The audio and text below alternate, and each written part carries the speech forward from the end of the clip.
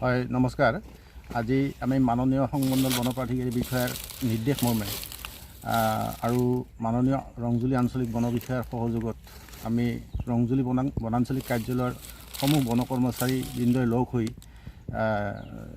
প্ৰথমতে আমি বুদলুং সংৰক্ষিত বনাঞ্চল পাহাৰ অঞ্চলত আমি ৰাবাৰ আৰু তামোলৰ গছ প্ৰায় 15 হেক্টৰমান আমি উচ্ছেদ কৰিবলৈ সক্ষম হওঁ।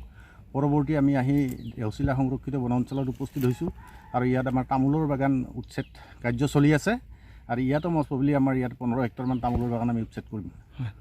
কাৰীসকলৰ লৈ মোৰ এটাই বাৰ্তা থাকিব, যিহেতু বেদখল ইতিমধ্যে বহুত বনাঞ্চলত হৈছে, বিভিন্ন ধৰণে তামোল বা ৰাবাৰ বা ইত্যাদি কল বিভিন্ন ধৰণে বনাঞ্চলত বেদখল কৰি আছে। তো মই মানুহসকলক বা বেদখলকাৰীসকলক আহ্বান জনাম যাতে পুনৰাই নতুনকৈ কোনো ধৰণৰ বেদখল কৰাৰ চেষ্টা নকৰে, বনাঞ্চল সংৰক্ষণ কৰাৰ ব্যৱস্থা কৰে। এই মোৰ বাৰ্তা। উচ্ছেদ চলি আছে, আকৌ চলিব আৰু যদি ক'ৰবাত নতুনকৈ বেদখল কৰাৰ প্ৰস্তুতি চলিছে সেইবিলাকো আমি উচ্ছেদ কৰিম।